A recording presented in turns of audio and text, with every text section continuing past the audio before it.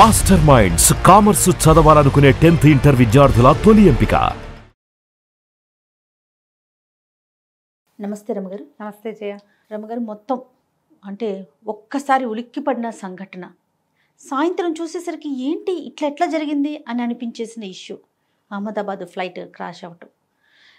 ఎలా అంటే వితిన్ సెకండ్స్లో రమగారు, 30 సెకండ్లలో ఫ్లైట్ వెళ్ళటం, పడిపోవటం, కూలిపోవటం జరిగిపోయి 241 మంది ప్రాణాలు గాల్లో కలిసిపోయినాయి. ఇప్పుడంటే ఫ్లైట్లు కూలిపోవచ్చు, ప్రాణాలు పోవచ్చు జయ. ఈ ఫ్లైట్ ఇంకెక్కడో కూలి అక్కడున్న వాళ్ళు కూడా తుంటి మీద కొడితే పళ్ళు రాలిపోయినట్టు ఎక్కడో మెడికల్ స్టూడెంట్స్ ఆ మెడికోస్ పాపం భోజనాలు చేస్తూ ఉండగా ఎంత హృదయ విదారకంగా ఉందంటే. అవునండి. అది పడిపోవటం అంటే విమానాలు కూలటం సంఘటనలు ఏమిటో టీవీలో చూస్తుంటే న్యూస్లో ఈ మధ్య ఎక్కువగానే చూస్తూనే ఉన్నాం మనం. కూలినవి ఎక్కడో కూలితే వీళ్ళు అందులో ఉన్న వాళ్ళ కర్మం కాలిపోయిందంటే ఎక్కడో జనావాసాల మీద కూలిపోయటము, పిల్లలు చదువుకుంటున్న వాళ్ళు అసలు ఎక్కడికైనా వెళ్తే చచ్చిపోతాం, ఏదైనా అయితే ఇదేమిటి మన ఇంట్లో మన చోట్ల మనం ఉండి మన దారిని మనం ఉన్నా కూడా మరణించటము, అది కూడా దుస్సంఘటనలు. చాలా హృదయ విదారకంగా ఉంది. తలుచుకుంటే ఎంత భయంగా ఉందంటే, విమానాలంటే భయపడ్డం కాదు, ఇప్పుడు ఎక్కడున్నా భయంగానే ఉందిగా. అది ఇదివరకు మనం ఇది అసందర్భం కాదనుకుంటా, 2000లో మా మరిది గారు అమెరికా వెళ్ళారు. మేము బేగంపేట ఎయిర్పోర్ట్లో తన్ని సీఆఫ్ చేసాం. తర్వాత 2-3 సార్లు వాళ్ళు వచ్చినప్పుడు బేగంపేట ఇక్కడేగా మనకి పక్కన వెళ్ళి తీసుకొచ్చుకుంటుండే వాళ్ళం సరదాగా, ఎయిర్పోర్ట్కి వెళ్ళటం రావటం. తర్వాత మన ఎయిర్పోర్ట్ని అక్కడెక్కడో దూరంగా అయిపోతే శంషాబాద్ వెళ్తే ఈ 40 కిలోమీటర్లు దేవుడా అని వెళ్తూ ఎంత దూరాన్ని పెట్టారు అనిపించేది. నిన్న అనిపించింది దూరాన్ని పెట్టడం కరెక్టే మరి, అంతే కదా, చాలా ఇట్లా ఇలా మధ్య అహ్మదాబాద్ 2 సార్లు వెళ్ళాను చేయ నేను ఫ్లైట్లోనే. 3-4 ఏళ్ల క్రితం కూడా ద్వారకా వెళ్ళాం కదా, ఇప్పుడు అహ్మదాబాదే వెళ్ళాం. అది ఇళ్ల మధ్య ఉన్నట్టే ఉంది ఎయిర్పోర్ట్. అవునండి, అంతే. మరి అదేమి మరి చాలా ఊరికి దూరంగా ఉండి ఇప్పుడు మన శంషాబాద్ ఎట్లా ఉంది ఖాళీగా ఎయిర్పోర్టే, అలా ఏం లేదు, కొంచెం చుట్టూ అంతా ఉంది. ఇప్పుడు మరి లేకపోతే ఇక్కడ అది ఎగిరింది కూలింది కాలేజీ మీదే పడిపోయింది. అవును, 30 సెకండ్స్ ఊరికి దూరంగా ఉండటం కరెక్టే కదా. 100% కరెక్ట్. ఇప్పుడు మనం 40 కిలోమీటర్లు 50 కిలోమీటర్ల ఎయిర్పోర్ట్కి వెళ్ళడం కష్టం అనుకుంటున్నాం, కానీ ఏ దుస్సంఘటన జరిగినా జరగకూడదు అట్లాంటివి. ఒకవేళ జరిగినా దానికి కారణం దేనివల్ల జరిగిందో అదొకటే కాకుండా చుట్టూతా ఉన్న వాళ్ళు కూడా పోతారంటే ఎలాగమ్మా? కాదు రమ్మగారు, ఎంత కష్టపడితే మెడిసిన్ సీట్ వస్తుంది, వాళ్ళ మీద వాళ్ళ తల్లిదండ్రులు ఎన్ని ఆశలు పెట్టుకొని ఉంటారు. ఈ ఫ్లైటు ఎన్ని వందల మంది ఉన్నారు, అందులో ఆ 200 మందికి ఎన్ని ఆశలు, ఎన్ని కలలు, ఎన్ని ఊహలు, అవతల ఎన్ని మీటింగ్లు, ఎన్ని జీవితాలు వీళ్ళ కోసం వెయిటింగ్. ఒక్కొక్క మనిషికి ఒక కుటుంబం ఉంటుంది కదా, వీళ్ళ మీద డిపెండ్ అయిన జీవితాలు ఎన్నో.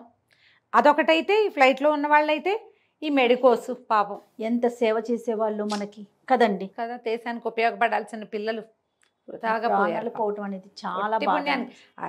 న్యూస్ చూస్తుంటే హృదయ విదారకంగా ఉంది. మనం ఎన్నో చూస్తాం, ఇది మాత్రం అబ్బో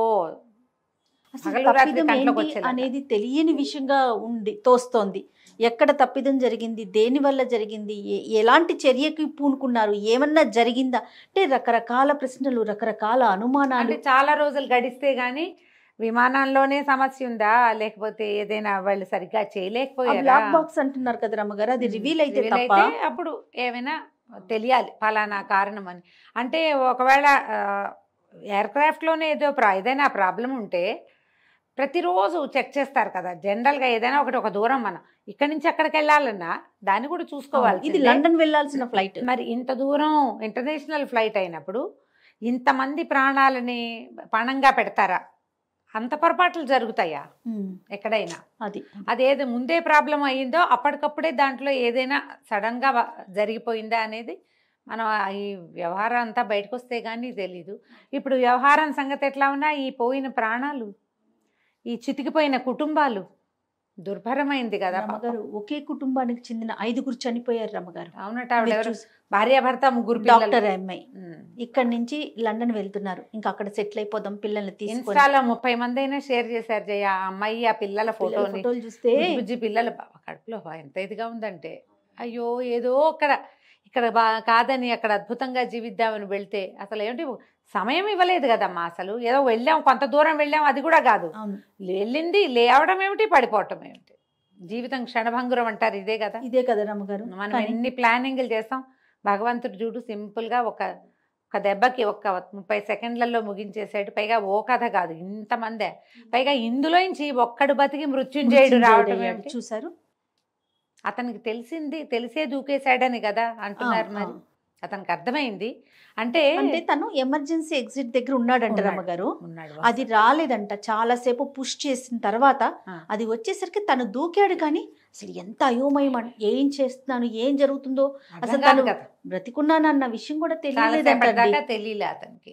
కాకపోతే మామూలుగా మనం ఫ్లైట్ ఎక్కుతాం అజయ, 180 మంది అటెంటివ్గా ఉండరు. ఈ ఫ్లైట్ ఎక్కి కూర్చుంటే, ఇది ఇంటర్నేషనల్ ఫ్లైట్, వీళ్ళు ఏం చెప్తున్నారు ఇవన్నీ మనకు తెలుసు అనుకుంటాం. మనం అలవాటుగా ఎక్కుతున్న వాళ్ళు ఏంటంటే క్యాజువల్గా బెల్ట్ పెట్టుకోవటం, క్యాజువల్గా సామాన్లు సర్దుకోవడం, ఇంతే తప్ప వాళ్ళు అసలు ఏం జరుగుతోంది, ఇది కదులుతోందా, ఎక్కుతోందా, లేస్తోందా, దాని మీద అసలు దృష్టే ఉండదు 80% పీపుల్కి. అవును, కొత్తగా ఎక్కిన వాళ్ళు కొంచెం గుండెలు చేతిలో పట్టుకుని చూస్తుంటారు. అలవాటుగా ఒక 4-5 ఫ్లైట్ జర్నీలు చేసిన అలవాటు ఉన్న వాళ్ళు అయితే ఇక అసలు ఏమీ పట్టించుకోరు. అయితే ఇది అన్ఎక్స్పెక్టెడ్ గా జరిగిన దానికి మనం ఏం చేయలేరు. కానీ మీరు అన్నది కూడా వ్యాలిడ్ పాయింట్ అండి. అటెంటివ్ గా ఉండాలి మనం. ఇప్పుడు ఇలాంటి ఫ్లైట్ జర్నీలు అవి చేసేటప్పుడు కొంతైనా అది టేకాఫ్ అయి పైకి వెళ్ళి గాల్లోకి వెళ్ళేదాకా అయినా కూడా మనం వాట్ ఈజ్ వాట్ అని చూసుకోవాలేమో అనిపిస్తుంది. ఫోన్ ఆఫ్ చేయమంటారు, దాన్ని ఎవ్వరం పట్టించుకో. జనరల్ గా అంటే వీటి వల్ల ప్రమాదాలు జరగవా అంటే అసలు దానికి దీనికి సంబంధం లేదు. బట్ మీరు అన్నట్లుగా కాస్త జాగ్రత్తగా, కొంచెం అటెంటివ్ గా, ఇది మూవ్ అయింది, ముందుకెళ్తుంది, రన్వే మీద పరిగెడుతోంది, టేక్ ఆఫ్ అయింది, పైకి వెళ్ళింది, పైకి వెళ్ళాక ఇట్లా కదులుతుంది, కొంచెం స్టేబుల్ అయ్యింది, అంత మటుకు కొంచెం శ్రద్ధ వహిస్తే ఇంకొంచెం ఏమైనా కొంతమంది ఏమైనా బయటపడే వాళ్ళేమో. అసలు టైం లేదు, అంత కూడా లేదు, అసలు జస్ట్ మూవ్ అయింది. మీరు గమనించారా వీడియో? అసలు అప్పు వెళ్ళలేదు, వెళ్ళలా, కొంత మటుకే కదా, జస్ట్ ఇట్లా వెళ్ళింది. ఒక అమ్మాయి అట, మీరు చూసారేమో, మార్నింగ్ నుంచి న్యూస్ చూస్తూ ఉండుంటారు, ఫ్లైట్ మిస్ అయిందంట, ట్రాఫిక్ లో ఉండిపోయి తప్పించుకుంది. ఎంత రిక్వెస్ట్ చేసిందంట, పంపించండి పంపించండి. నో అంటే నో అన్నారు. 10 నిమిషాల లేటు తన ప్రాణ జీవితం కాపాడబడింది. మనం ఏమంటాం, ఒక 10 నిమిషాలు ఎడితే జీవితకాలం లేట్ అయిపోయినట్టు అనుకోండి. బతికే ఇక్కడ ఆలస్యం అమృతం విషయం కాదు రమ్మగారు, అదే నిదానమే ప్రధానం. అలాగే అయింది. అంటే అది తప్పిపోవటం ఈమె బతకడానికి, అందరూ పోయినా అతను ఒక్కడు బతకడానికి. అమ్మాయి అమ్మగారు అక్కడ మాట్లాడి రిక్వెస్ట్ చేసి వాళ్ళు ఒప్పుకోలేదట. తనకి కోపం వచ్చి చి అనుకుని ఇట్లా వెనక్కి తిరిగింది, ఎగ్జిట్ కి వెళ్తుందంట, వెళ్ళలేదట, ఎగ్జిట్ అవ్వకముందే పడిపోయింది. జీవితం నిజంగా ఎంత క్షణాల్లో అయిపోతుంది. జయ, మనమే ఇలా ఏవైనా మాట్లాడేటప్పుడు చెప్తామా, కన్ను మూస్తే మంది కాదు, క్షణం గడిస్తే ఏమిటో, రేపొద్దున ఏంటో మనకు తెలీదు. ఇవి చాలా సార్లు మాట్లాడుకున్నాను జయ. కానీ అది కంటికి కనపడితే దాన్ని జీర్ణించుకోలేం జయ కదా. అసలు జల్లుమంటుందండి, జల్లుమంటుంది. మళ్ళీ మళ్ళీ అసలు నువ్వు న్యూస్ ఓపెన్ చేయి, ఇన్స్టా ఓపెన్ చేయి, ఫేస్బుక్ ఓపెన్ చేయి, యూట్యూబ్ ఓపెన్ చేయి, ఇదే. అవునండి, దీన్ని చూసి చూసి చూసి వీళ్ళు పాప దుఃఖాలు, ఎన్ని జీవితాలు, ఎన్ని కుటుంబాలు, మహాదుర్భరంగా ఉంది జయ. ఎంతసేపు నాకు అనిపిస్తుంది, ఇప్పుడు భార్యాభర్త 3 పిల్లలు వెళ్ళిపోయారు. ఇప్పుడు ఒక భర్త ఉండి అందులో ఆయన ఈ పని ఇలా అయిపోయి, వెనకాల 1-2 పిల్లలు, భార్య, అతన్ని నమ్ముకున్న పెద్దవాళ్ళు, అమ్మా నాన్ననో ఏ అన్నదమ్ములు ఉంటే వీళ్ళందరి పరిస్థితి ఏంటి? అట్లా వీళ్ళంటే కంప్లీట్ ఫ్యామిలీ, మిగతా అందరు అట్లా కాదు గారు. ఎవరు అమ్మా నాన్న వెళ్ళారు, పిల్లలు ఉండిపోయారు, లేదా పిల్లలు వెళ్ళారు, అమ్మా నాన్న ఉండిపోతారు, భార్యాభర్తల్లో ఒకరు ఎక్కారు, 2వ వాళ్ళు వెనకాల ఉండిపోయారు. వాళ్ళే ఆ కుటుంబానికి ఆధారం, ఆసరా కూడా అయ్యి ఉండొచ్చు. ఇలాంటప్పుడే మనము ఏమనిపిస్తుందంటే, సెక్యూరిటీ చాలా అవసరం కదా జయ. 200%. మార్నింగ్ నుంచి నేను ఇదే కంటెంట్ చేస్తున్నానండి. సెక్యూరిటీ ఎంత అవసరం మనకి, హెల్త్ సెక్యూరిటీ, మన జీవితానికి ఒక సెక్యూరిటీ ఎంత అవసరం అనే దాని మీద మాట్లాడుతున్నాం. ఒక కారు, ఒక చిన్న బైక్ కొనుక్కుంటే దానికి ఇన్సూరెన్స్ చేస్తున్నాం రమ్మగారు. మనం దాన్ని నడిపే మనం ఏం చేస్తున్నాము, ఎందుకు ఆలోచించట్లేదు? ఇప్పుడు ఇంటర్నేషనల్ ఫ్లైట్ కి వెళ్ళే వాళ్ళు డెఫినెట్ గా ఇన్సూరెన్స్ తీసుకుంటారు. డెఫినెట్ గా 100% తీసుకోవాల్సిందే. ఇన్సూరెన్స్ ఉంటుంది, చిన్నదో పెద్దదో, 15-18 వేలది అయ్యి ఉండొచ్చు, 25-30 వేలది అవి ఉండొచ్చు. మన ఏజ్ని బట్టి, మనం అక్కడ ఉండే టైంని బట్టి ఇన్సూరెన్స్ అయితే గ్యారంటీగా ఉంటుంది.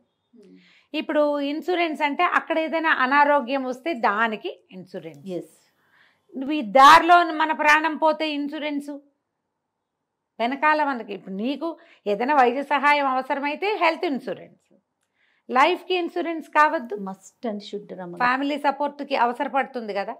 అంటే ఇలాంటప్పుడు ఇవి మాట్లాడకూడదేమో కానీ ఇలాంటివి ఏమైనా జరిగినప్పుడు ఇతరులు జాగ్రత్త పడవలసిన సమయమేమో ఇది.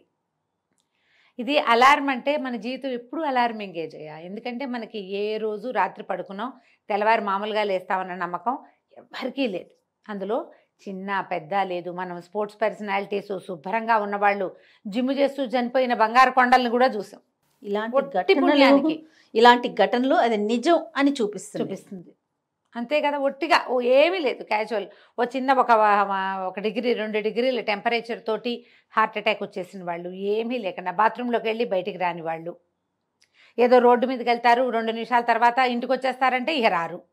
ఇలాంటివి చూసినప్పుడు మనకి ఒక శ్మశాన వైరాగ్యం కలుగుతుంది. ఆ ప్రతి వాళ్ళకి ఇంతే కదా జీవితం అనిపిస్తుంది.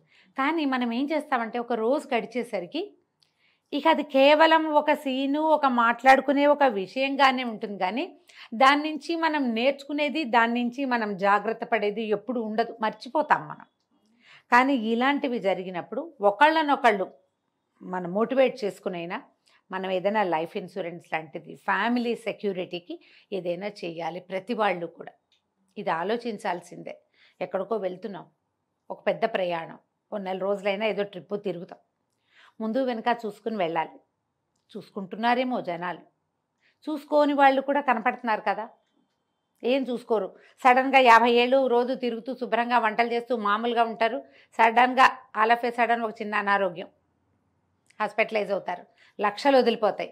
వీళ్ళ దగ్గర ఇన్సూరెన్స్ ఉండదు, లైఫ్ ఇన్సూరెన్స్ ఉండదు, హెల్త్ ఇన్సూరెన్స్ ఉండదు,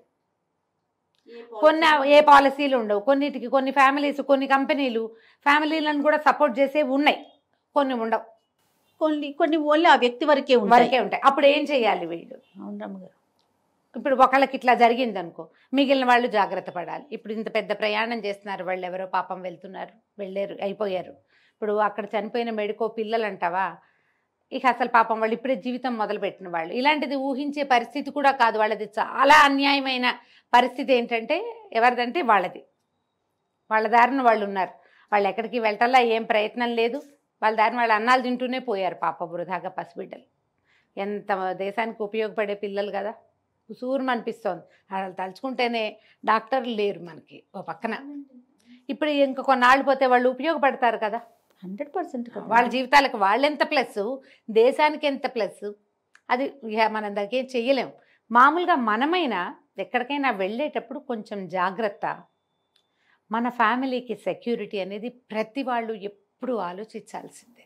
రమ్మగారు, బస్ అయినా, ట్రైన్ అయినా, ఫ్లైట్ అయినా, ఎక్కడికి రోడ్డు మీద నడుస్తున్నా ప్రమాదం ఏ క్షణంలో ఎటు నుంచి వస్తుందో ఏం తెలుసు. ఇంట్లో ఉన్నా కూడా వస్తుంది కదా.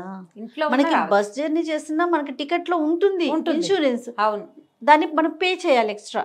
ఇది ఎంత మందికి అవేర్నెస్ ఉంది, ఎంత మంది చేయగలుగుతున్నాము? చేయరు. మస్ట్ అండ్ షుడ్ గా చెయ్యాలి. జరగనివ్వండి, ఏమవుతుందిలే అనే మాటని పక్కన పెట్టాలి. అవును కదరమ్మ గారు, ఈ రోజున మనము మీరు అంటున్నట్టుగా ఇంట్లో ఉన్నా జరుగుతాయి, ఇంట్లో ఉన్నా జరుగుతాయి. మనకి ఖచ్చితంగా మన జీవితాలకి ప్రతి వాళ్ళకి ఒక సెక్యూర్డ్ థింగ్ వెనకాల ఒకటి మనకి దానికి కొంచెం ఖర్చు పెట్టాల్సి వస్తాను జయ. సంవత్సరానికి ఒక 20,000, 18,000, 10,000 చేయాల్సి వస్తాం. ఒకవేళ మనకి ఏదైనా ఏమీ రాలేదనుకో, ఈ డబ్బులు వేస్ట్ అనిపిస్తూ ఉంటాయి మనకి కదా, అనిపిస్తుంది. కానీ ఈ చిన్న పెట్టుబడి, ఈ చిన్నది మనకి ఏదైనా ప్రాబ్లం వచ్చినప్పుడు అది మనకి చాలా సహాయం చేస్తుందని మనం నమ్ముతామా? అస్సలు ఏమాత్రం ఊహించాం. కానీ మనం అలాంటివి కొన్ని చూసామనుకో, అప్పుడు మనం అడ్వర్టైజ్మెంట్లు చూసినప్పుడు ఏమనిపిస్తుంది, రేపొద్దున నేను పోయాక అనేది ఆలోచించమంటున్నారు వీళ్ళని, మంటగా ఉంటుంది మనకి. కానీ అది జరగచ్చు కదా. అంతే కదా రమ్మగారు, జరగచ్చు, జరుగుతుంది. దాన్ని ఎట్లా తప్పించుకోలేం కదమ్మా ఏ పక్క నుంచి అయినా. మనం అస్సలు జాగ్రత్త పడటమే మంచిది. ప్రయాణాలు మనం ఎక్కడికైనా జీవితం మీద మహత్వాకాంక్షలతోటి ఎన్ని చోట్లకో వెళ్తాం, ఏవేవేవో చేస్తాం. ఉద్యోగాలు కావచ్చు, వ్యాపారాలు కావచ్చు, ఏదైనా ప్లెజర్ ట్రిప్ కావచ్చు. ఊరికే వెళ్ళిన వాళ్ళు కూడా ఉండుంటారు కదా. 100% అండి, 100%. అక్కయ్య వాళ్ళు అహ్మదాబాద్లో ఉండొచ్చారు కదా, చాలా సంవత్సరాలు అక్కడే ఉన్నారు వాళ్ళు. ఆ పాత మాజీ సీఎం గారు ఆయన ఎంత తలుచుకుంటున్నారో. నిన్నటి నుంచి మా అక్కయ్య కూడా ఏం మూడ్లో లేదు. వాళ్ళు అహ్మదాబాద్లోనే ఉన్నారు 25-30 సంవత్సరాల పాటు. వాళ్ళకి తెలిసిన కాలేజీయే అది. ఓహో. మరి ఫ్లైట్లలో తిరిగితే హైదరాబాద్ రావడానికి ఎప్పుడు ఫ్లైట్లోనే వచ్చేవాళ్ళు. మనం కూడా ఇందులోనే ప్రయాణాలు చేసాము, అవన్నీ గుర్తొస్తాయి కదా.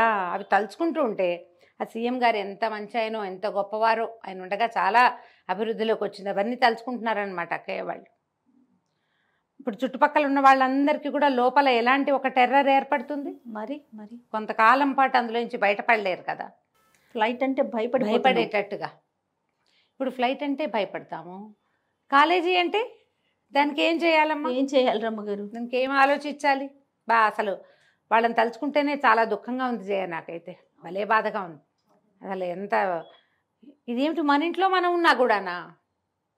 నాకైతే ఎయిర్పోర్ట్ దూరంగా ఉండటమే మంచిది అనిపించింది ఈ సంఘటన.